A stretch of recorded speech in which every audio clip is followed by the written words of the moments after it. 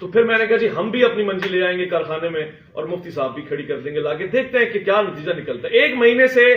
حالانکہ یہ ایک ناچیز نے، آپ جیسے ایک صحافی نے ایک ڈیٹ دی تھی، لیکن دیکھیے اس ملک میں عام آدمی کی بھی طاقت کتنی ہوتی ہے کہ جب اس نے کوئی تاریخ دی تو پوری دنیا میں وہ تاریخ 26 نومبر ایک قیامت بن کے ٹوٹی ہے. لوگ ہر پل ایک بات کہہ رہے ہیں 26 نومبر کا انتظار ہے کیونکہ ہم دیکھنا چاہتے ہیں. اور آخرکار جیلم اکیڈمی جیلم میں 26 نومبر آ گئے، کیونکہ انجینئر صاحب نے کہہ رکھا تھا کہ ٹائم قیامت تک ہے، لہذا 26 تک قیامت سے پہلے ہی ہے نا بیٹھ جانا بنتا تھا. مگر پھر وہی مایوسی، پھر وہی سلسلہ، پھر وہی نا امیدی، اور آخرکار ہم نے صبح سے رولتے ہوئے انتظار کیا کہ نہیں علی بھائی کسی طرح راضی ہو جائیں، کیونکہ وہ علمی مباحثہ کرتے ہیں، ایسی کوئی چیز نہیں ہے کہ وہ نہیں کرتے. ان کے آپ یوٹیوب پہ جائیں آپ کو نظر آئے گا کہ وہ علمی مباحثہ کر رہے ہیں. کر کس کے ساتھ رہے ہیں؟ اپنی مرضی کے دولہا کے ساتھ. پھر جب وہ کہتے ہیں دولہا راضی نہیں، دلہن راضی نہیں، تو باراتی کیوں آ رہے ہیں؟ آج براتیوں کو بھی دیکھ لیا، قاضیوں کو بھی دیکھ لیا، وکیلوں کو بھی دیکھ لیا، گواہان کو بھی دیکھ لیا، اہلیہ نے جیلم کو بھی دیکھ لیا، اور آپ نے دولہا کی زیارت بھی کر لی ہوگی. آپ کی زیارت نہیں ہو سکی جی، مگر ایٹ لیسٹ عوام نے دیکھ لیا حقیقت جتنی ہو سکتی. میں کوئی فیصلہ دینے والا امپائر تو تھا نہیں. ہاں میرا دل ضرور ٹوٹا ہے، افسوس ضرور ہوا ہے، کیونکہ ہم نے علی بھائی کے ساتھ پروگرام کیے تھے اور ہمیں لگتا تھا وہ منجی کا کاریگر ہے. ہم بڑی ساری منجیاں اس کے ساتھ ٹھکوانے کے لیے لاتے رہتے اور وہ فٹ ہوتی رہتی. مگر آج ہوا یہ ہے کہ جی وہ جیسے کہتے ہیں کہ بات سچی ثابت ہوئی ہے کہ مرنے سے پہلے ہے مسلمان کر لے اس بات پہ غور، کمرے کی فضا اور ہے مناظرے کی فضا اور ہے. جب آپ میدان میں آتے ہیں، اچھا یہ بھی میں ایک بات بتاؤں، یہ تو شاید ناراض ہوں گے مفتیان کرام، مگر میرا کیا ہے، میں ایک عام آدمی ہوں نا جی، میں نے کسی مسلک کو جواب نہیں دینا.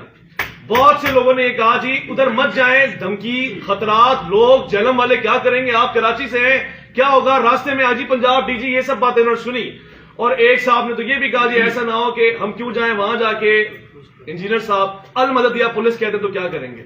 دیکھیے جی المددیہ پولیس کو آپ ادھر رکھیے، یہ یا علی مدد کہنے والے لوگ تھے، یہ یا اللہ مدد کہنے والے لوگ تھے، یہ یا رسول اللہ کہنے والے لوگ تھے، کھڑے ہو گئے آگے. میں ایک پیغام ضرور دینا چاہتا ہوں آج، بس یہ 26 نومبر ہو گئی حقیقت آپ کے سامنے. آج کے بعد اب فلسطین کی گفتگو کیجیے گا، اس کو ضرورت ہے ہماری گفتگو کی. مگر ایک بات یاد رکھیے گا، 2 چیزیں صرف درخواست ہے، علی بھائی سے درخواست ہے، آج کے بعد کسی مسلک، کسی شخصیت، کسی مقدس ہستی کے اوپر تنقید، تانا، اعتراض، گالی گلوچ نہیں کیجیے گا، تکفیر نہیں کیجیے گا. اور اگر کیجیے گا تو 26 نومبر کو یاد رکھیے گا، یہ چہرہ مبارک یاد رکھیے گا، اور پھر بیٹھنے کی ہمت اور حوصلہ کیجیے گا کہ جی میں کچھ ثابت کر سکوں. اور ایک بات جو میں ساتھ میں لازمی کہوں گا وہ یہ ہے، خدا کی قسم آج نتیجہ جو آیا ہے نا میرے پاس وہ یہ ہے، اپنی نسلوں کو علی علی سکھاؤ، اپنے بچوں کو حیدر حیدر سکھاؤ، کیونکہ بڑے بڑے لوگ باتیں کر کے پیچھے ہو جاتے ہیں، صرف علی والا ہے جو میدان تک پہنچتا ہے.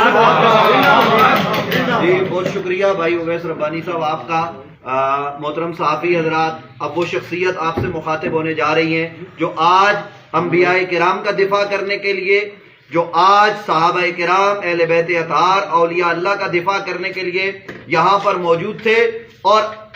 ایک مسلک کیا تمام مسالک کے لوگوں نے ان کو خوش آمدید کہا اور ہر طرح کی حمایت کا یقین دلایا. یہ رات مجمع نہیں لائے، اگر چاہتے تو آپ سب جانتے ہیں کہ ہزاروں لوگ ان کے ساتھ 2 گھنٹے کی کال پر بھی جمع ہو سکتے تھے. لیکن انہوں نے جمعے میں بھی کہا، کل بھی کہا کہ میں لوگ لے کے نہیں جا رہا، میں تو اکیلا جا رہا ہوں، ہماری تلاشی لے لی جائے، کوئی اسلحہ نہیں ہوگا. مفتی حنیف قریشی صاحب اس حال میں یہاں تشریف لائے ہیں اور آپ سب نے دیکھا ہے. اب میں گزارش کروں گا امام المناظرین، جنہیں مرزا انجینئر صاحب امام المناظرین کہہ چکے، منطق کا امام کہہ چکے، جنہیں وہ اہل سنت و جماعت کا بڑا مان چکے، اور یہ بڑے ایسے ہیں، میں یہ عرض کر دوں کہ تنظیم المدارس اہل سنت پاکستان، وہ کہہ رہے تھے نا منیب الرحمان صاحب سے لکھوا کے لائیں، مفتی منیب الرحمان صاحب تنظیم المدارس کے صدر ہیں، اور ان کے سرپرست اعلیٰ، ان کے بڑے حضور مصر امت حضرت پیر سید حسین الدین شاہ صاحب دامت برکاتہم العالیہ ہیں. اور اہل سنت کی جو سب سے بڑی جماعت ہے، تمام تنظیموں پر اس کو فوقیت ہے، وہ جماعت اہل سنت پاکستان ہے. تو جماعت اہل سنت پاکستان کی سپریم کونسل کے چیئرمین بھی حضرت پیر سید حسین الدین شاہ صاحب دامت برکاتہم العالیہ ہے. انہوں نے دعائیں دے کے آج رخصت کیا ہے. انہوں نے سب بتایا ہے کہ قریشی صاحب آپ باطل کے خلاف جا رہے ہیں، ہم آپ کے ساتھ ہیں. تو میں گزارش کروں گا حضرت قبلہ مفتی محمد حنیف قریشی صاحب سے کہ وہ آپ صحافی حضرات سے اس وقت مخاطب ہیں. بسم اللہ والصلاۃ والسلام علی رسول اللہ. آپ جملہ صحافی حضرات کا شکریہ، قبلہ سید خلیل شاہ صاحب جو وکلاء یہاں تشریف فرمائیں، آپ تمام احباب کا شکریہ. ساری صورتحال آپ نے بھی دیکھ لی ہے، اور بہت ساری باتیں میرے سے پہلے تینوں دوستوں نے بیان کر دی ہیں۔ الحمدللہ العظیم حضور مسلم امت پیر طریقت پیر سید حسین الدین شاہ صاحب کی دعاؤں سے ہم آج یہاں اس 26 نومبر کی کال پر یہاں پہنچے ہیں کہ جس 26 نومبر میں پورے پاکستان نہیں بلکہ پوری دنیا کے اندر اردو بولنے سمجھنے والوں کو ایکسائٹڈ کیا ہوا تھا۔ میں نے اپنی پوری زندگی میں اتنی بےتابی سے کسی تاریخ کا انتظار بڑے بڑے کرکٹ میچوں میں بھی نہیں دیکھا ہے کہ جتنا لوگوں نے 26 نومبر کا انتظار کیا۔ مرزا محمد علی جھیلمی صاحب کے ساتھ ہمارا ذاتی کوئی جھگڑا کوئی اختلاف نہیں ہے۔ دراصل ان کی جو گفتگو کچھ عرصے سے وہ کر رہے ہیں جس میں انہوں نے واضح طور پر تقدیس شان الہی، شان انبیاء، شان صحابہ، شان اہل بیت اور بالخصوص اولیاء کرام کی عظمت و شان کے حوالے سے انتہائی نازیبا، جارحانہ اور قابل گرفت گفتگو کی ہے۔ اور نہ صرف یہ کہ ایک آدھ دفعہ کوئی گفتگو بار بار اور پھر اپنے جارحانہ انداز سے انہوں نے پوری دنیا کے مسلمانوں کو بالخصوص پاکستان کے اندر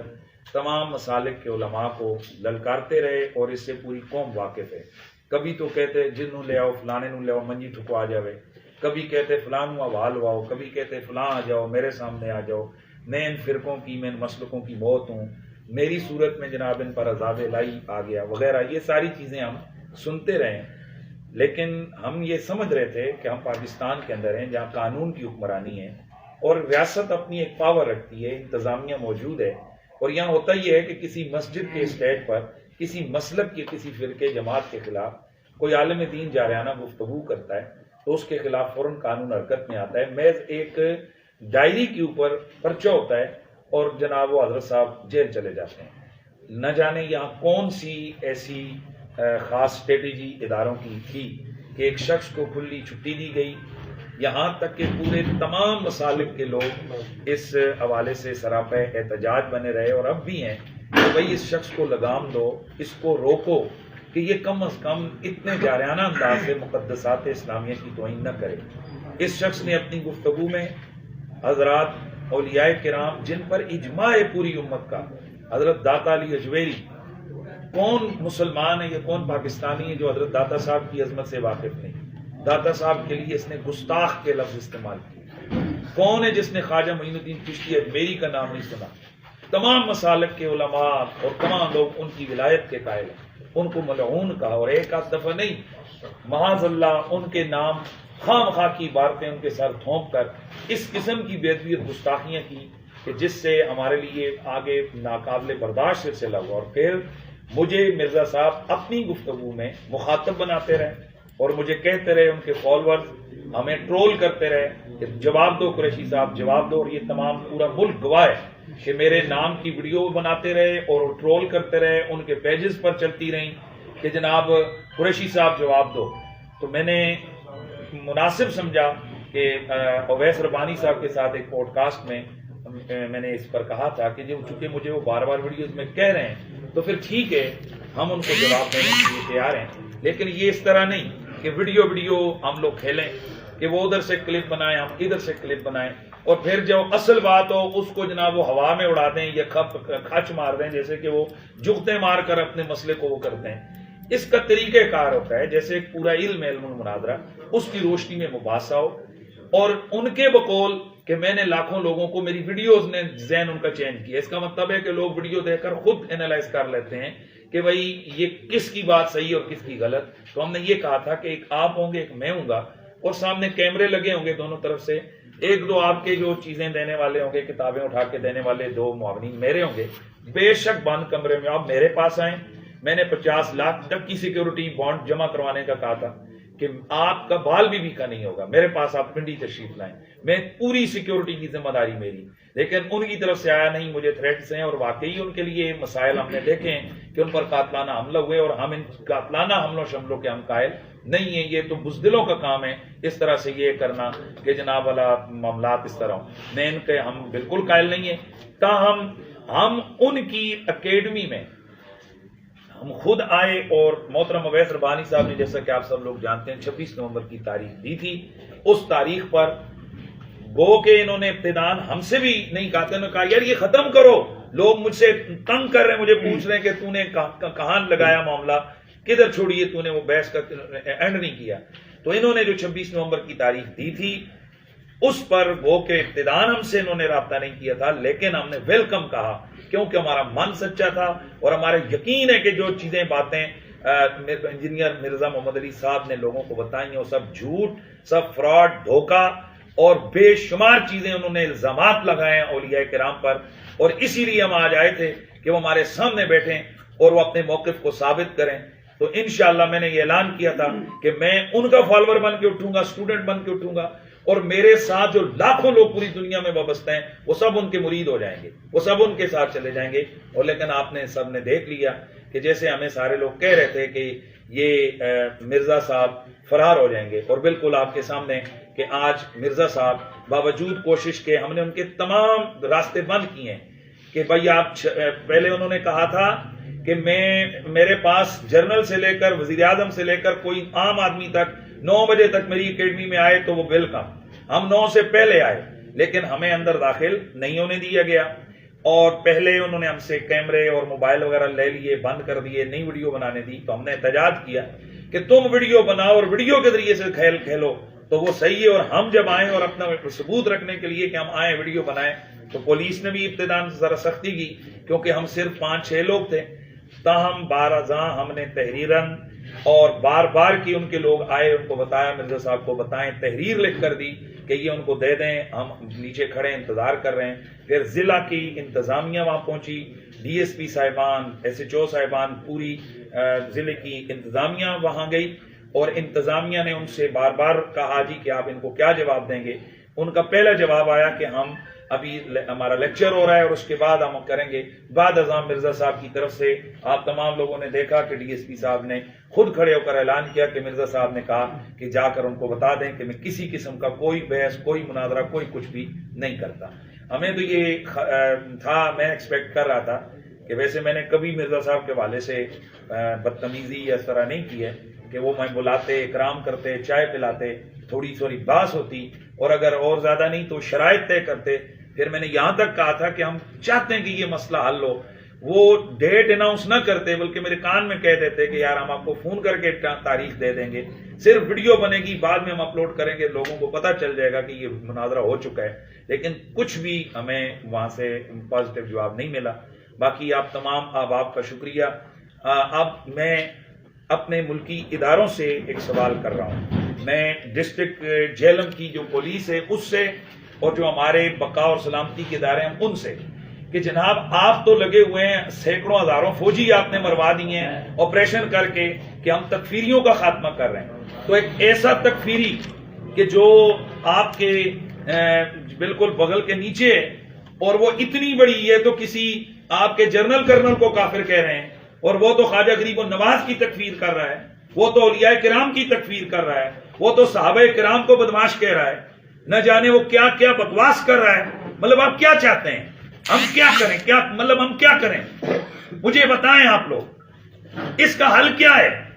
جب ریاست اپنا کام نہیں کرتی, ہم آئے ہیں ہمارے سامنے بیٹھے وہ بھی نہیں ہوتا ہے, اب بتائیں ہم کیا کریں اس کا. خدا کے لیے اس ملک کا لحاظ رکھیں, آپ اس ملک کے اوپر مہربانی کریں آپ لوگ.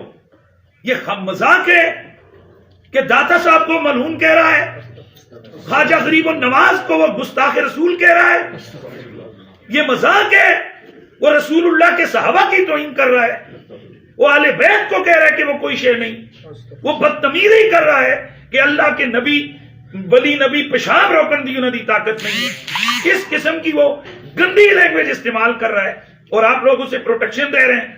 میں مطالبہ کرتا ہوں ملکی اداروں سے کہ ہمیں اس سے غرض نہیں ہے کہ وہ لگا رہے, قرآن کلاسز لگائے, جو مرضی پازیٹیو ایکٹیویٹیز دین کی کرے, پریکٹس کرے, یہاں آزادی ادارے, یہاں ہر مسلک مذہب والے کو آزادی ہے. لیکن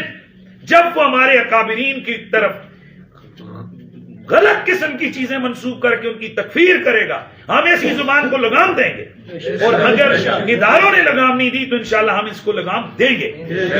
آج ادارے دیکھ رہے ہیں, آپ تمام صحافی لوگ گواہیں کہ ہم نے پر امن ترین انداز سے اس ایونٹ کو کنٹرول کیا ہے. اور حضرت تاجدار گولڑا, صحابہ کرام, غوث پاک, حضرت خواجہ غریب النواز، حضرت داتا سرکار اور تمام اللہ کی جو مقدس نیک بندے ہیں، ان کی ارواح کے تصرف، ان کی برکت کے صدقے مرزا صاحب تم مانو نہ مانو یہ ہوتا ہے تصرف اور یہ ہوتی ہیں برکتیں. تم تو کہہ رہے تھے کہ میرے کول آؤ منجی ٹھکواؤ، اے پتر منجی ٹھوک کے نہیں قریشی جا رہے.